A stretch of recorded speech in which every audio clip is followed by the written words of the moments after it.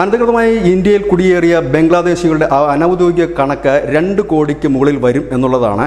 ഏതായാലും ഇപ്പോൾ ദില്ലി അവിടെ നിന്നുള്ള അനധികൃത കുടിയേറ്റക്കാരായ ബംഗ്ലാദേശികളെ പുറത്താക്കാനുള്ള നടപടികൾ തുടങ്ങിയിരുന്നു.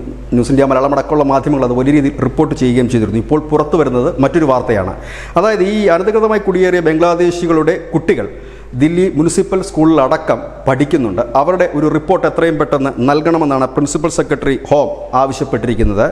GNCTD-യുടെ ഒരു യോഗത്തിലാണ് ഈ തീരുമാനം എടുത്തിരിക്കുന്നത്. ഇത് സംബന്ധിച്ച് എല്ലാ സ്കൂളുകൾക്കും ഒരു സർക്കുലർ പോയിട്ടുണ്ട്. അത്തരത്തിൽ ധാരാളം കുട്ടികൾ പഠിക്കുന്നതായി ഡെപ്യൂട്ടി കമ്മീഷണർ BP ഭരദ്വാജ് പറഞ്ഞിട്ടുണ്ട്. അദ്ദേഹം പറയുന്നത് ഇവർക്ക് ജനന സർട്ടിഫിക്കറ്റ് എവിടെ നിന്ന് ലഭിച്ചു എന്നറിയില്ല. ഇനി ആരും ഇവർക്ക് ജനന സർട്ടിഫിക്കറ്റ് കൊടുക്കരുത്. അതായത് ഇവിടുത്തെ ആശുപത്രികളിലും മറ്റും അനധികൃതമായി കുടിയേറുന്ന ബംഗ്ലാദേശികൾ പ്രസവിച്ചാൽ അവർക്ക് ജനന സർട്ടിഫിക്കറ്റ് കൊടുക്കാൻ പാടില്ല. ഒപ്പം തന്നെ ഡ്രൈവിംഗ് ലൈസൻസും നൽകാൻ പാടില്ല എന്നാണ് പറഞ്ഞിരിക്കുന്നത്.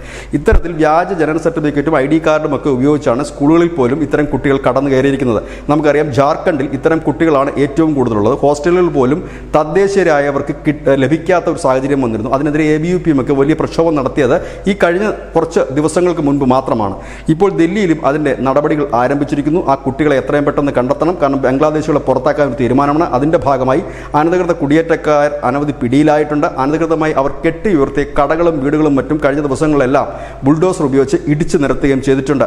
ഇത് ദില്ലിയിലാണ് തുടങ്ങിയതെങ്കിലും താമസിക്കാതെ മറ്റു സംസ്ഥാനങ്ങളിലേക്കും ഇത് വ്യാപിക്കും. കാരണം ഇന്ത്യയിൽ ഉള്ള അനധികൃത കുടിയേറ്റക്കാരെ കണ്ടെത്താൻ ഒരു തീരുമാനം കേന്ദ്രം നേരത്തെ തന്നെ എടുത്തിരുന്നു. അതിൻ്റെ ഭാഗമായിട്ട് തന്നെയാണ് ഈ പൗരത്വ ഭേദഗതി നിയമമൊക്കെ കൊണ്ടുവന്നത്. ആ നിയമം നടപ്പാക്കി തുടങ്ങിയിട്ടുണ്ട് പല സംസ്ഥാനത്തും. കേരളം അടക്കമുള്ളിടത്തും ഇത്തരത്തിൽ ബംഗ്ലാദേശി കുടിയേറ്റക്കാർ വലിയ രീതിയിൽ തന്നെ ഉണ്ട് എന്നാണ് റിപ്പോർട്ടുകൾ സൂചിപ്പിക്കുന്നത്. അങ്ങനെയെങ്കിൽ ഇവിടുത്തെ സ്കൂളുകളിലും അത്തരം കുട്ടികൾ ഉണ്ടായേക്കാം. ഏതായാലും രാജ്യമാകമാനം അനധികൃത കുടിയേറ്റക്കാരായ ബംഗ്ലാദേശികളെയും അവരുടെ കുട്ടികളെയും തപ്പി ഇറങ്ങുന്നു കേന്ദ്രം. News desk news India Malayalam.